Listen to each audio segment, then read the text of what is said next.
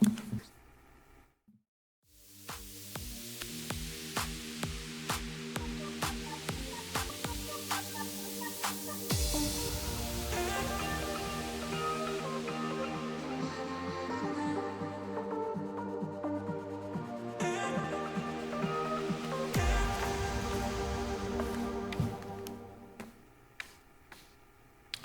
good evening, everybody. The August 22nd, 2023 Hibbing Public Utilities Commission meeting is called to order. All commissioners are present.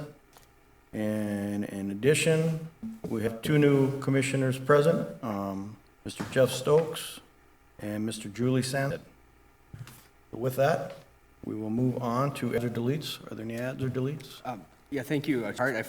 Maybe it would be a good idea for Commissioner Sanson and Commissioner Stoke to just introduce their welcome to the commission and what they're looking forward to accomplish. I'll jump in. Julie Sandsted. This is my first time serving on this mission. I'm very, very excited to be part of this. I've had a little run in public service. Love to work for the ratepayer, and I'm a hometown girl, and I think that there's so much potential right now with our utility. Just really happy to be here. My name's Jeffrey Stokes, and this is my second term as a commissioner, and I just wanted to thank everybody who supported me in the community, and I'm looking forward to serve the community as a commissioner here at the utilities. Again, thank you. Thank you, commissioners. Do you have any adds or deletes? No, not at this time. If not, we'll move on to item number 3, approval of the minutes of the July 25th and August 9th, 2023 meetings. What would be the wish of the commission? Make the motion to approve. Second. We have a motion by Commissioner Bayless, support by Commissioner Sandsted to approve the minutes of July 25th and August 9th, 2023 meeting. Any further discussion? Hearing none, all those in favor signify by saying aye. Aye. Opposed? Motion carried.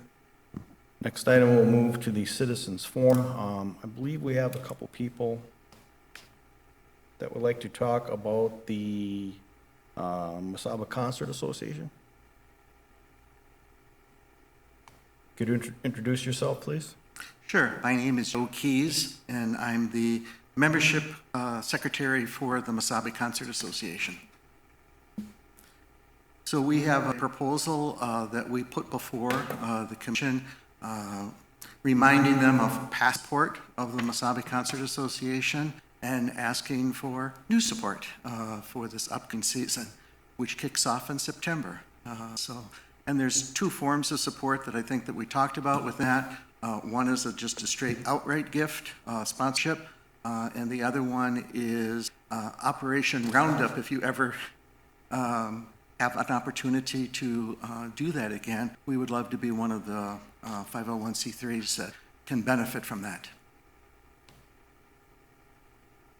Very good. Thank you. Any questions that you might have of us?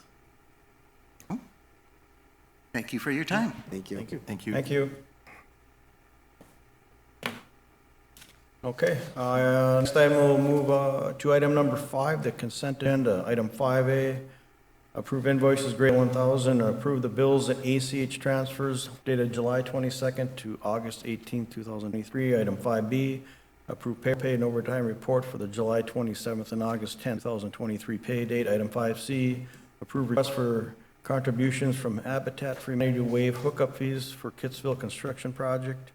Item 5D, approve the request for contributions from Mesaba Concert Association in the amount of $500. What would be the wish of the commission? Mr. Chair, motion to approve. Okay, is there support? Support. We have a motion by Commissioner Sandsted, support by Commissioner Babich, to approve the consent agenda items 5A through D. Any further discussion? None. All those in favor signify by saying aye. Aye. Opposed? Motion carried. Move on to financials and risk management, item 6A. Review and approve the interim July financials. Mr. Peterson, do you have anything? Yeah, thank you, Chair Hart. With that in mind, I'd like to introduce Russ Hissam from Baker Tilly to just provide the overview of the financials for the month of July. All All right, thank you, Mr. Peterson. Welcome new commissioners and commissioners. I'm Russ Hissom with Baker Tilly and work on the monthly accounting for HPU along with other members of our team and work closely with HPU staff on that. The 7 months rough draft financial statements for the period ending July 31 took out the operating results by utility, because you should look at them by utility operations since they should each be self-standing. The electric had an operating loss of 1.3 million for the year to date. Water had an operating income of 238,000. Gas had an operating income of $2.3 million. And the steam utility had a loss of $828,000. So on a consolidated basis, the year-to-date operating income is approximately $500,000. And I'd be happy to talk about the details of the statements that you have in front of you. Any questions on those?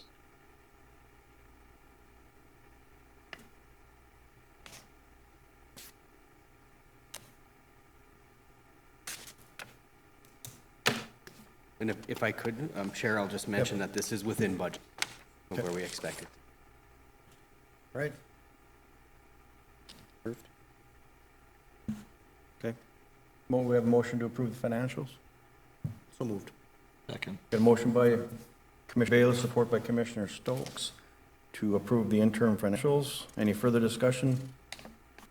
Hearing none, all in favor signify by saying aye. Aye. Opposed? Motion carried. Item 6B, Resolution 20-23, a resolution committing to certain financial obligations for the water system, conjunction with federal and state funding for the 2023 Water Infrastructure Improvement Project. Mr. Peterson. Thank you, Chair Hart. Commissioners, members of the public, at the working session earlier in the month, the commission had a presentation on the PFA loan application, the water projects we have in place, and we are on process with where we needed to be for both the construction and also the documentation side for completing the loan application. The PFA expect list publish its draft funding plan for this round of loan applications next week. And so with that, we're getting our ducks in the row for items to complete our loan application for reimbursement for the drinking water revolving loan fund. And Commission, if you recall from the working session attached here is the cash flow and a draft resolution for your approval that says that we intend to wage increase rates to fill any gaps in funding of the PFA loan, as well as reverse cash reserves that were used from other aspects of the utility throughout the process. So the resolution that we shared at the work session is now put here in the document for your review and approval. And for members of the public at home, as you've seen from the construction going on and perhaps any talk about our large water projects here in the distribution system as well as over at the water treatment plants, taking advantage of the low-cost public funds is so important. And in order to do that, we're using a loan from the state of Minnesota to ensure that our low-cost debt financing is in place, and we're taking advantage of all the available resources so that water rates increase as slowly as possible as we make necessary improvements to the water utility. So, happy to answer any questions.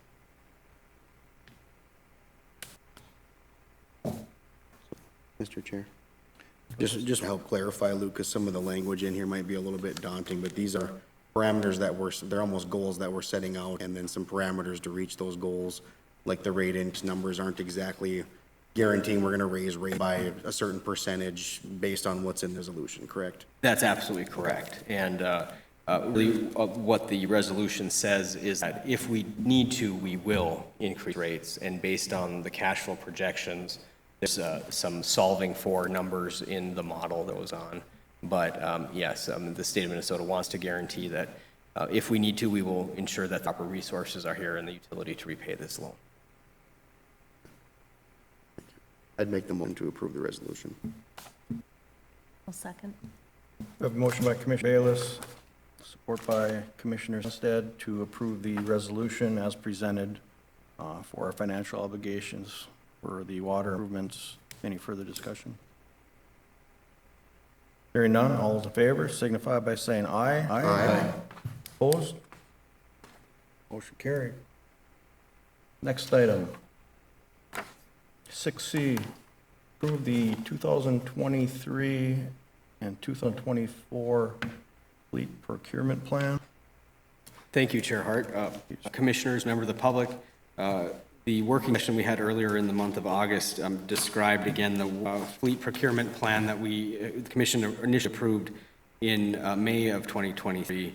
And here we are again, just for clarification of that with the new commissioners coming on. We wanted to make sure that everybody was on the same page with the needed fleet replacements. And what you see for you, commissioners, is the action to take on behalf of that fleet procurement schedule. We have in the packet today for you four purchases through North Country GM for pickup trucks that will be purchased and then upfitted to be utility vehicles to replace expiring end-of-life equipment at the public utilities. There's 4 individual vehicles here that were obtained and included on the state bid. Because this is a fleet truck that will be upfitted with kind of a customized box and equipment on top of that, the thought is right now that we would be purchasing these rather than leasing. But for regular vehicles that don't require an upfit or customized work, we would lease those through the state. So, Commissioners, before you, we have a replacement for the 2005 Chevy, the 2007 Dodge, the 2011 or 2012 Ford, and the 2012 Ford, all from North Country GM, that were all priced on the state contract bid. They meet the public competitive bidding rules. And I have Chris Adams here, who could answer any particular questions on the fleet, but Chris does a great job keeping our fleet in service, and squeezing blood out of turnip has been some of the jobs that he's been required to do at keeping our fleet going, and very happy to have our crews in the safest and updated vehicles to reduce maintenance costs. Mr. Chairman? Yes. Make a motion to approve. Okay, thank you. I'll support.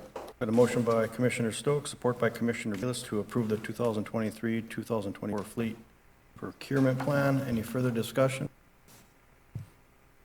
Hearing none, all those in favor signify by saying aye. Aye. Opposed? Motion carried. Move on to item 6D, Hibbing Renewable Energy Center budget updates and capital improvements for the 2023 summer. Mr. Peterson. Thank you, Chair Hart. Commissioners, members of the public, we aren't asking for any additional approvals tonight, but I just wanted to provide this opportunity to just show you an updated budget year-to-date of our estimated budget of $4 million. We have $2.3 million already spent and $3.4 under contract. The remainder of that will be the Term 3 overhaul, which we will expect to award at the September meeting if everything goes well, bids. But the team at the Hibbing Renewable Energy Center has worked incredibly hard through summer long, and I think we were able to bring the 2 new commissioners through the power plant last week, along with the new director of RAMS, Paul Pelletier, and very happy to kind of showcase the hard work Evan has done with completing the wood operations upgrades as well as the regular improvements throughout the power plant.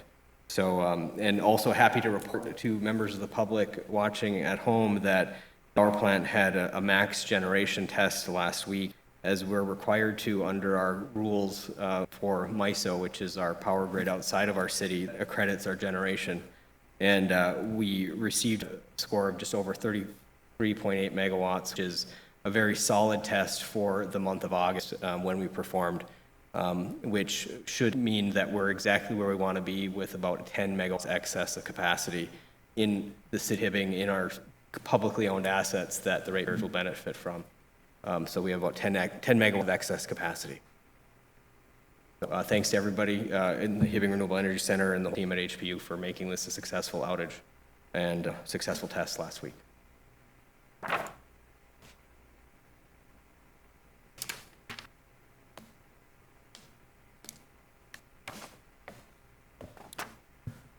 So you weren't looking for, there shouldn't be a motion on this? No, We're just it an was a update and. Accept or acknowledge. move Any of on. the commissioners have any questions? If not, we're going to move on to the next item. So, thank you, Mr. Peterson. Move on to item 6E, approve Hibbing Public Utilities Asset Management System with IBM Maximo. Peterson? Yeah, thank you. Thank you, Chair Hart. Commissioners, ahead of you, as we've talked at various points throughout there, is HPU's had a budgeted item of $1 million for systems in the current year, 2023. And we've been very strategic about our time within the utility for where we allocate projects to actually physical projects to now technology ones. And as we think about the utility of the future, there's a lot of process improvements that we all know technology will play a role in. And with the addition of an asset management system at HPU, we'll have the link between our books and records, our operating systems, and all the subsidiary systems that will on throughout the utility. So the utility of the future is increasingly digital, increasingly tied to processes that help our staff do the work that the customers need us to do, and investing in asset management system is appropriate to do that because it's the glue between the various parts of the utility, both the field and the plant. So along with our current arrangement with NovaSpect and Delta V, our books and records in Cassell, our expanding capabilities on our GIS network, the asset management system from Maximo will be the that holds it all together and moves it through. And as some of you know, I was with a couple of the commissioners at the MMUA conference in Duluth, which is going on this week, and it's a great organization to be part of, so municipal utilities can share this. And one of the things that the utility of the future, particular municipal utilities that haven't been cutting-edge technological places compared with large investor-owned utility, is to build organizational capacity across all levels of the organization. And the way that's done is with effective digital strategies and implementing the right technologies at the right time. And I would say that from the work and the analysis the staff team did, IBM Maximo is the gold standard for asset management throughout not just the utilities industry, many industrial situations. And this would be building our capabilities to link our books and records, manage our assets, and perform the necessary workflow tied to a register of our assets to ensure that we are doing best-in-class work, not just doing it efficiently, but also proving to those, as some of us heard today, many of the insurance companies are requiring a preventive maintenance program be documented in a software system that can be audited and proved that things are being the right way. So the investment we're asking for at this point is the $85,000, which is a time and materials number, it's not a fixed number, for beginning the maximal requirements gathering with our team at EU. I also hear from Nick Arola, City Services, the city is also interested in Maximo as well. And I just want to make sure we can get our requirements established before we kind of start inviting more people in.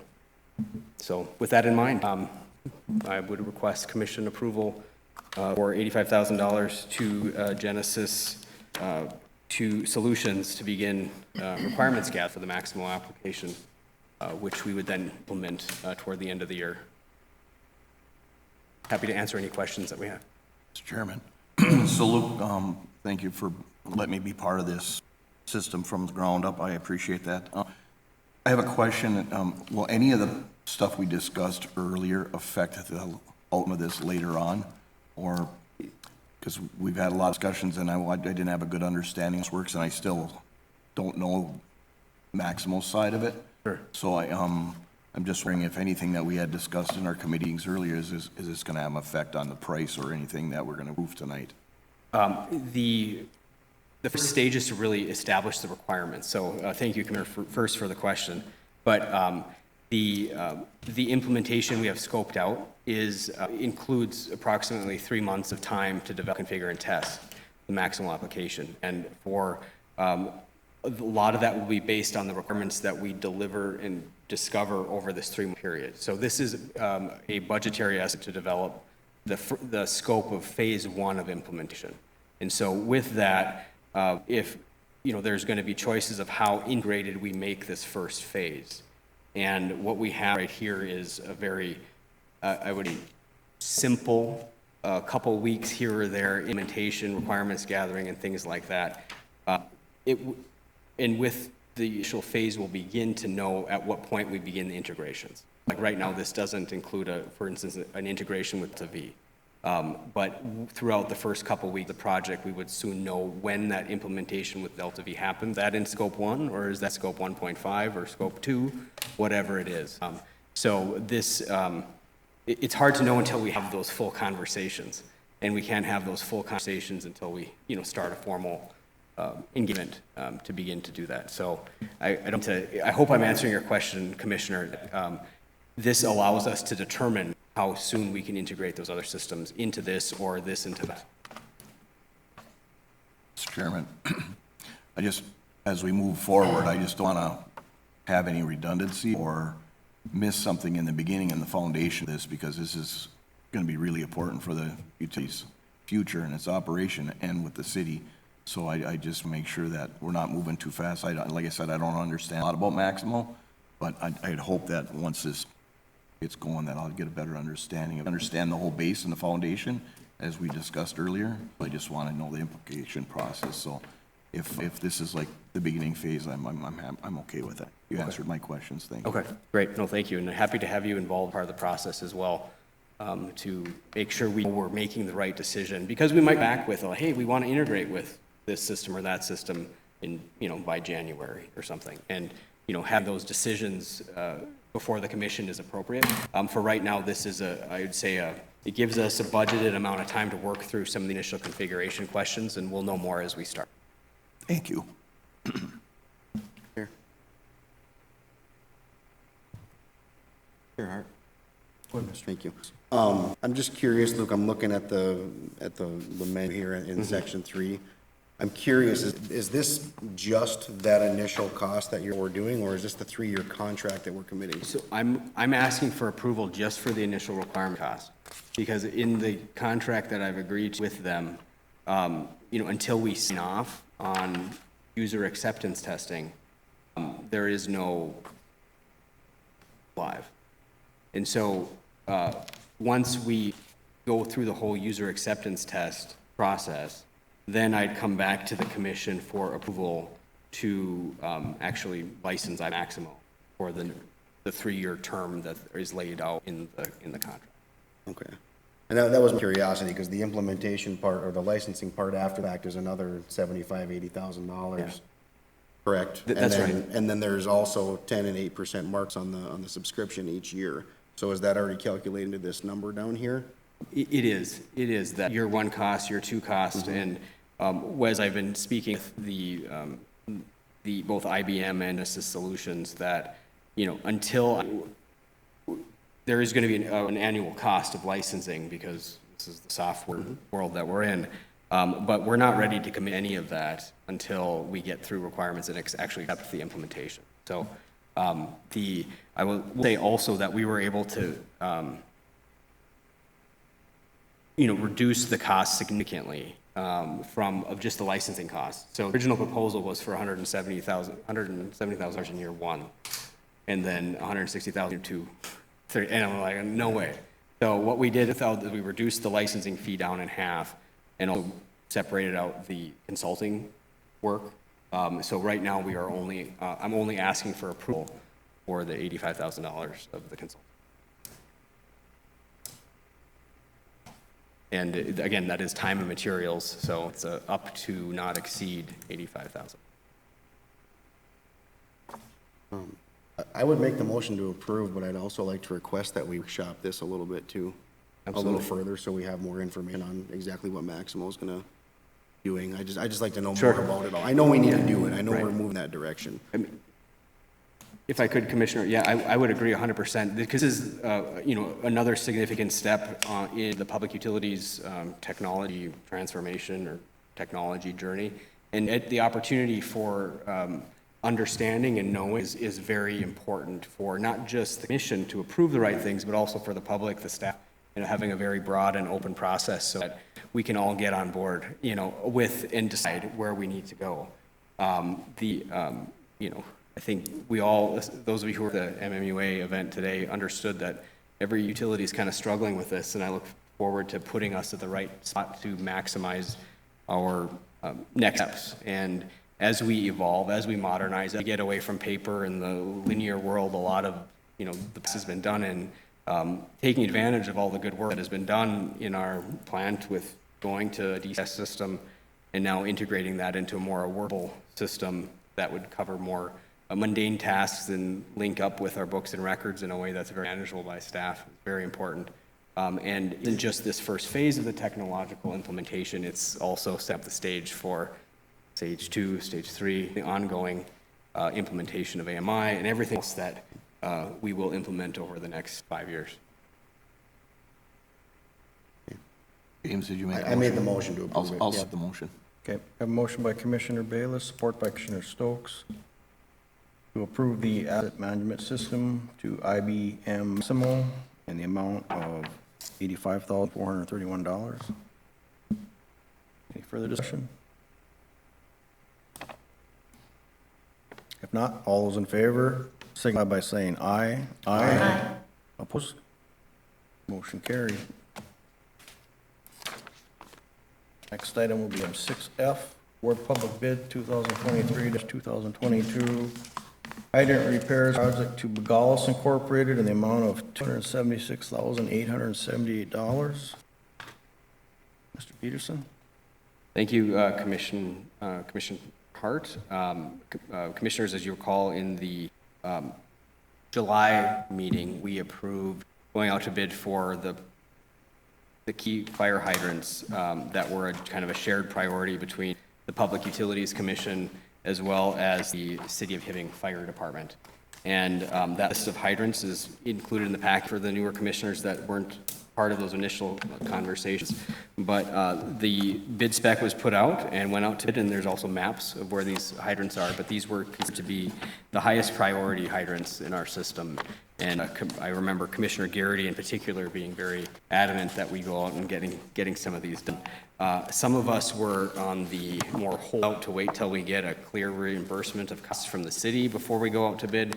But Commissioner Garrity's long experience of public service said, it doesn't matter, there's a fire and someone dies, we're all gonna be in hot water. Obviously, that's not acceptable for where we can be. So I would, recommend that the commission approve this lowest bid amount, but also work with Commissioner Bayless, Councilor Bayless, the city administrator, to really understand the right long-term solution for hydrants in our city in kind of a shared public safety manner. So with that in mind, I'll just mention that we did receive 5 bids here, and that Begales Inc. the lowest at $276,000. Thank you, Mr. So I was looking at the price, it's like $21,000 for 13 or 21,000 13 hydrants. Is that, am I missing something? Or? Yeah, you're not missing it at all. That's very astute to point out. It is higher than we had estimated, which is clear. I do know it is late in the construction season. I also know that it is, somewhat a safety issue, which is a premium. So those prices are higher than what we had expected earlier. Yes, they are. I will also mention that we have a grant application in with the Department of, or the Corps of Engineer for $2 million for a citywide replacement. I have no guarantee that any of it will be done, but public safety is a very important funding source, and I think that's where collaborating with the city is very important to make sure that we have that shared responsibility between the fire department and the public utilities, ensure that, we're protecting our city from fire hazard. Is it the public utility that's supposed to protect the people, or is it the city? Do you want me to answer that, Commissioner Hart? It's one of those things that public safety is all of our responsibility. I do feel we're leading, and I will actually say we're leading somewhat faster the city council. And I don't mean to single out the city council, but I think there's a lot of unnecessary siloing of funds that doesn't serve the city well, the city globally well. And certainly we all mean to do well, but I think we all have to really come together and understand the best way to fund these high priority items for all of our citizens, because the ratepayers and the taxpayers are the same people, and I don't think people care outside of this building. Working on that. I know. So, if I could, Commissioner Hart, how would you like to handle that? We're working on it. Is that a question to the council representative, or is that The only reason I answer this question, I want to be fair to all ratepayers. Obviously, some ratepayers use more water than others, and they're going to see a significant increase, in their contribution to these type of things. So, I think it needs to be talked about more. If the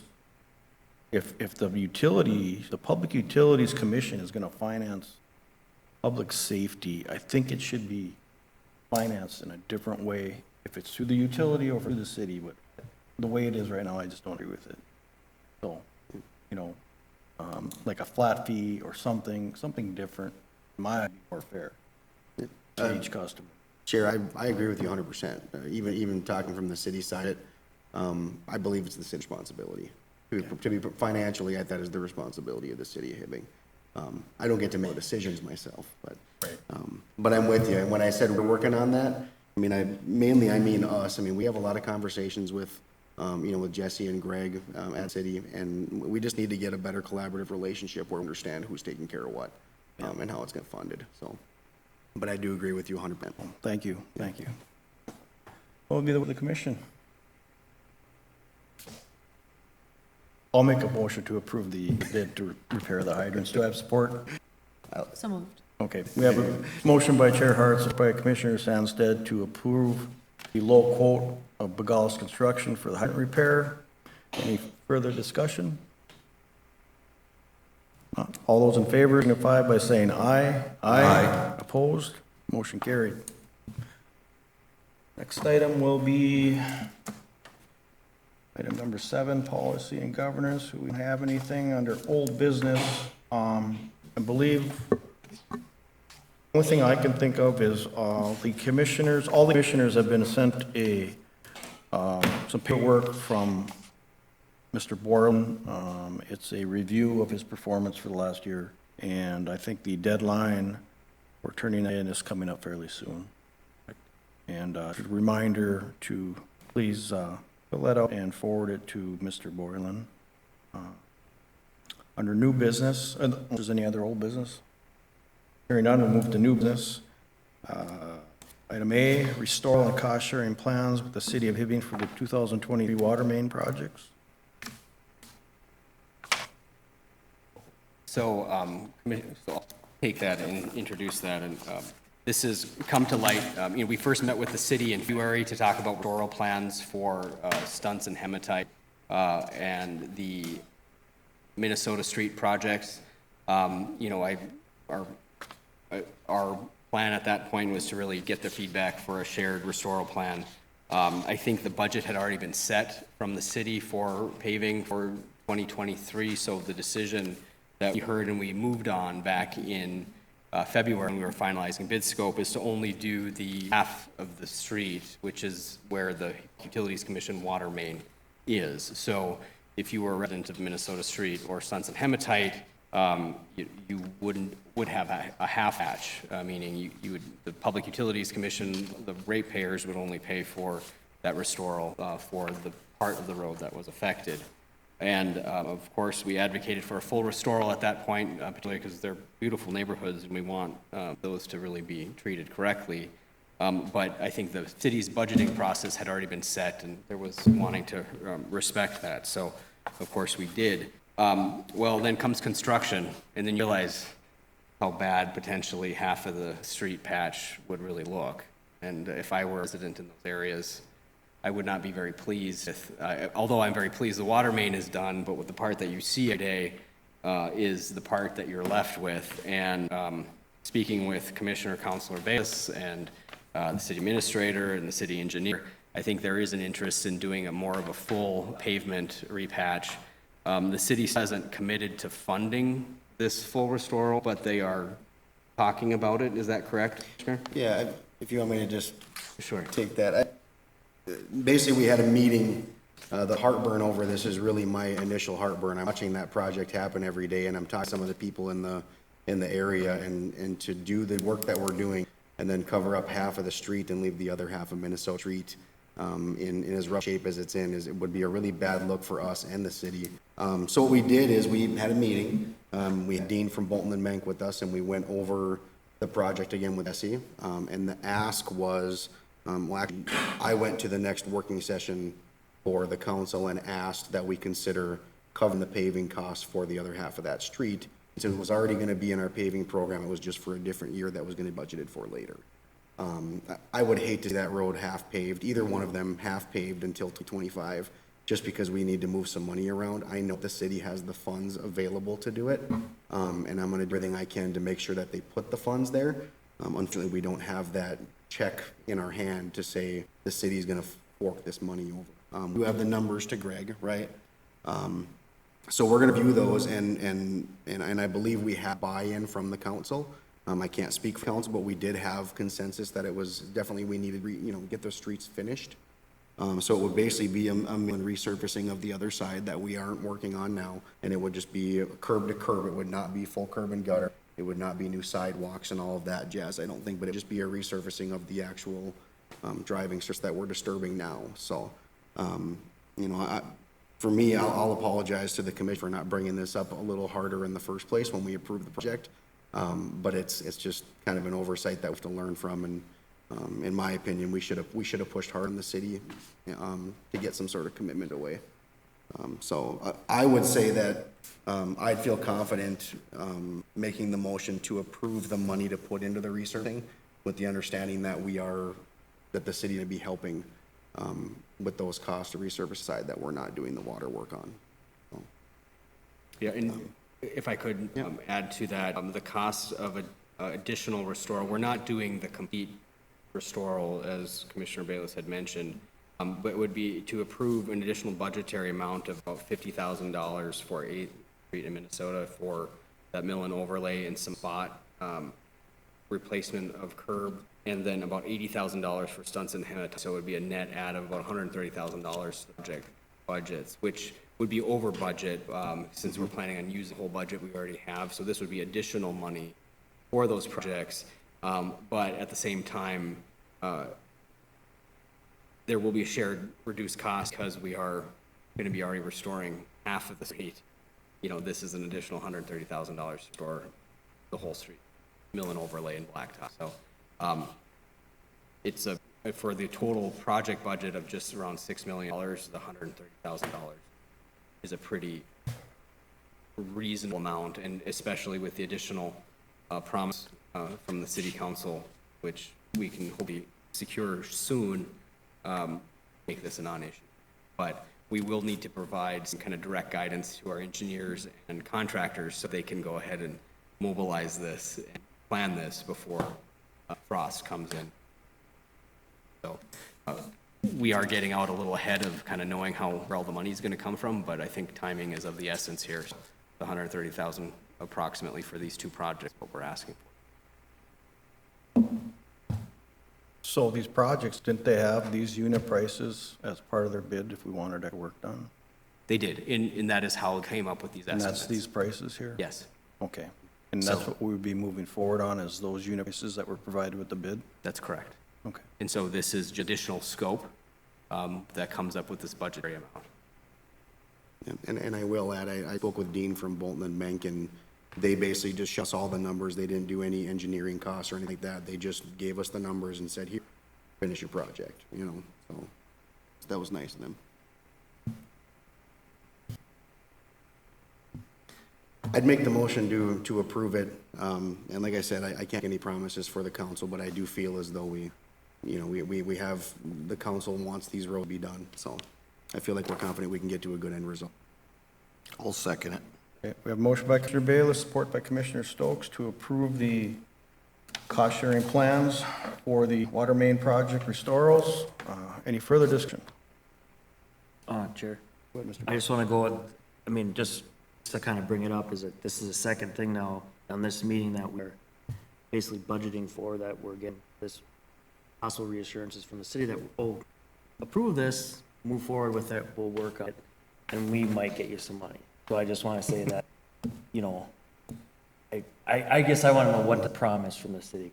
Well, there isn't a promise. That's, and I think, I mean, that's why I was trying to be really clear. There is no promise in the city council.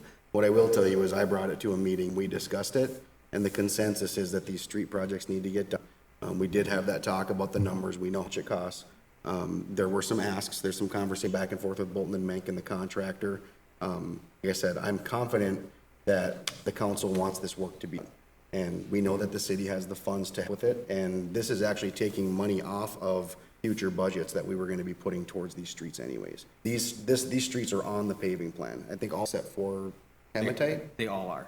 No, one of Well, those, it's part of Hemet. part of hematite was not, but Minnesota Street, 8th Avenue, and the stunts, all those sections were already on the schedule to be paved, so they were gonna be done. It's just a matter of moving them now, and if the city has to do some creative budgeting to make that make sense, that's fine. But I think we can kick in the funds now on the city side, that's my hope, is that everybody just agrees, and then we can go ahead and get these projects done now instead of 2 years from now. Thank you. Or there'll be a steep price to pay. That's right. Yeah. Breaking any rules, Mr. Borland? We'll have to send the city's attorney a letter. Hey, Chair, if I could, I listened to Commissioner Councilor Bayless at the committee of the whole meeting make the pitch as he's outlined during this meeting, and the council discussed it, I'm gonna say, for 30 to 40 minutes. So it wasn't as though, I would agree with Councilor Bayless's assessment as to what happened that night. And although they couldn't take action because that's their working session, there certainly seemed to be consensus that the city didn't want to get the road done. Especially, Mary Duke really recognized that it would be good for the city to have a nice, fully paved street, not half and half. Yep. Well, and as I told the city in a meeting later, that, I mean, he's gonna look amazing if he can help start expedite some of these projects.